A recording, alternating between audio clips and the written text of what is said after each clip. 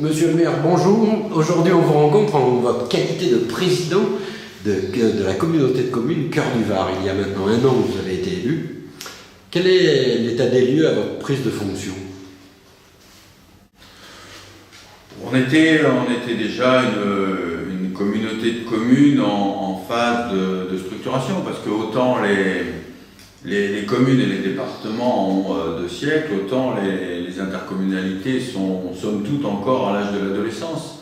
Donc on était en phase de restructuration et j'ai essayé modestement d'apporter un second souffle, comme chacun peut le faire dans cette longue chaîne de l'humanité, apporter un peu de sa contribution. Alors maintenant que vous êtes président, quels sont vos projets pour la communauté de communes Cœur du Var? Dans l'esprit, le principal, le leitmotiv, l'objectif majeur, c'est de donner une identité à cette communauté de communes qui en manquait un peu, pour laquelle je voudrais associer, même si c'est relativement commun, encore faut-il le mettre en œuvre, une conjonction d'énergie destinée à valoriser autant le terroir et les capacités et la notoriété de ce terroir avec la modernité. Parce que si on se doit de gérer au présent et de satisfaire nos concitoyens au présent, le rôle d'un élu n'est pas de raisonner en fonction du prochain mandat, mais de la prochaine génération. Et cette prochaine génération, ce qu'on va faire aujourd'hui est le terreau de son expansion et le terreau de sa vie. Donc oui, ça nécessite une anticipation sur laquelle il peut y avoir quelques incertitudes, mais c'est l'audace et le courage des élus au présent. Oui, on n'est que des hommes, peut-être on peut se tromper, mais certains signes, si on est à l'écoute du monde, certains signes doivent nous encourager dans cette voie de la modernisation. Donc modernité et terroir, c'est classique, mais bon, parfois on veut être que terroir et on ne prépare pas la génération suivante. Et parfois on veut être que moderne parce qu'on veut voir que devant, et à ce moment-là on s'éloigne tellement de nos racines qu'on ne sait plus d'où on vient. Et si on veut que l'homme, cet animal pensant, trouve sa voie, il faut absolument qu'il puisse s'ancrer sur de solides racines et en même temps imaginer l'avenir.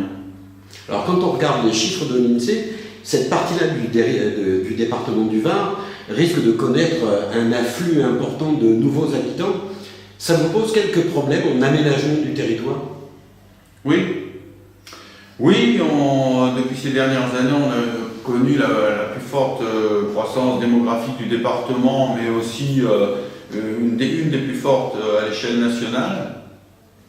Et accueillir cette population, on peut le comprendre, que l'héliotropisme soit attractif, on peut le comprendre, mais pour que nos concitoyens y mènent quel genre de vie, qu'on y construise quel présent et qu'on y prépare quel avenir.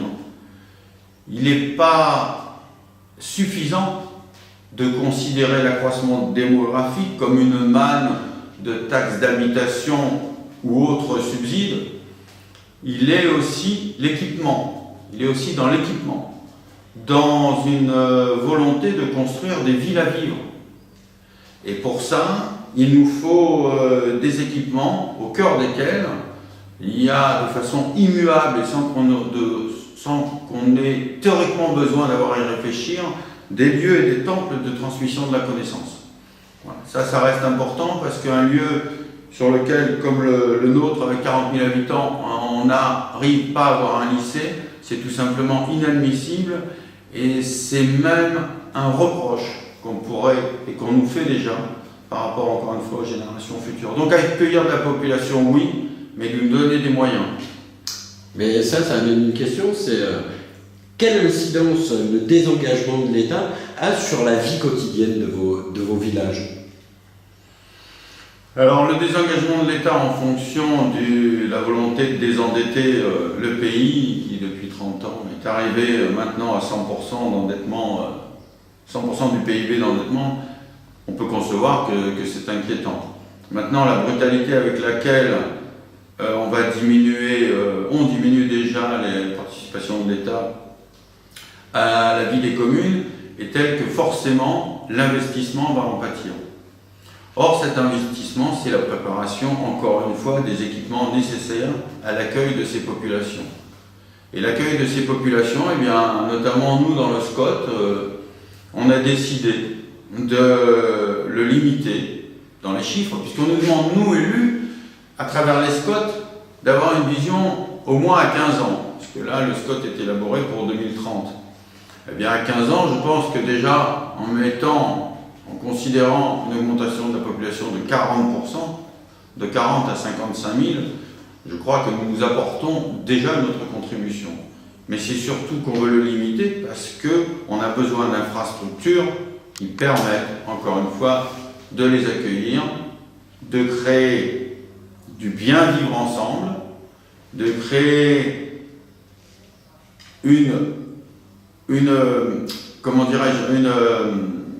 une adaptation progressive de tous ces gens qui viennent au territoire, de façon à ce qu'on ne crée pas de dissensions, de ressentiments, qui sont le terreau après de tous les extrêmes. Une dernière question, si vous le permettez. Quelle est la place que vous accordez à ce qu'on appelle les nouvelles technologies et qui se résument par l'Internet? Fondamentale. Dès que dans mon discours d'introduction à cette nouvelle mandature, je l'ai mis en premier, je l'ai mis comme objectif principal. C'est pour vous un facteur de développement économique? Énorme. Énorme. Je pense que rater le développement numérique, digital, c'est prendre 20 ans de retard, c'est prendre 5 ans de retard tous les ans. Et donc, être à la remorque et à la ramasse, on dit un peu de façon vulgaire. Parce que il y a longtemps qu'on devrait avoir compris qu'on ne pourra pas concurrencer les ateliers du monde, comme ceux qui peuvent se développer en Chine, qui après vont se développer en Afrique, parce que de toute façon, et malheureusement, du fait du déséquilibre mondial, il y aura toujours une main-d'œuvre moins chère. Ce que nous, la vieille Europe, on peut apporter de plus, c'est la valeur ajoutée. Et la valeur ajoutée, ce sera, d'une part, en formant, en éduquant, en transmettant, de façon à ce que rien ne s'oublie et qu'on garde un peu cette longueur d'avance, mais aussi en se donnant les moyens de développer cette longueur d'avance qu'on a. Donc le numérique, à cet égard, est incontournable. Incontournable. Et ça n'entame en rien la richesse de nos terroirs, ça ne condamne en rien tout ce qui a pu se passer avant, ça n'efface pas le passé, c'est juste la préparation de l'avenir. Donc oui, c'est fondamental. Mais pourtant, quand on écoute les collectivités territoriales, les institutions, voire même certains opérateurs, on a l'impression qu'il y a une numérisation à deux vitesses. Pour l'instant, on est concentré sur une numérisation des métropoles ou des grosses agglomérations. Et puis, certains endroits du département, le cœur du Var, même le Pays de Fayence, ou Provence-Verdon, on a l'impression que c'est un Var avec une vitesse un peu moins forte. Oui, sans préjuger que ce soit spécifique au Var, mais en tout cas, il n'en demeure pas moins, effectivement, que c'est une conception un peu obsolète du développement et de l'aménagement harmonieux du territoire. Veut-on des métropoles hyper développées et des territoires connexes qui soient dortoirs? Ou veut-on un développement équilibré où les territoires vont pouvoir apporter leurs richesses et s'y développer là où ils sont? C'est un choix majeur de société. C'est parce qu'à ce moment-là, pourquoi pas, à ce moment-là, on fait juste des villes dortoirs et puis des voies d'acheminement Et on met tous les centres d'enseignement, les collèges, les lycées, les usines, on met tout à un endroit. Ouais, et ça c'est une vision qui n'a plus aucun caractère humanitaire et qui en plus va transfigurer le paysage français.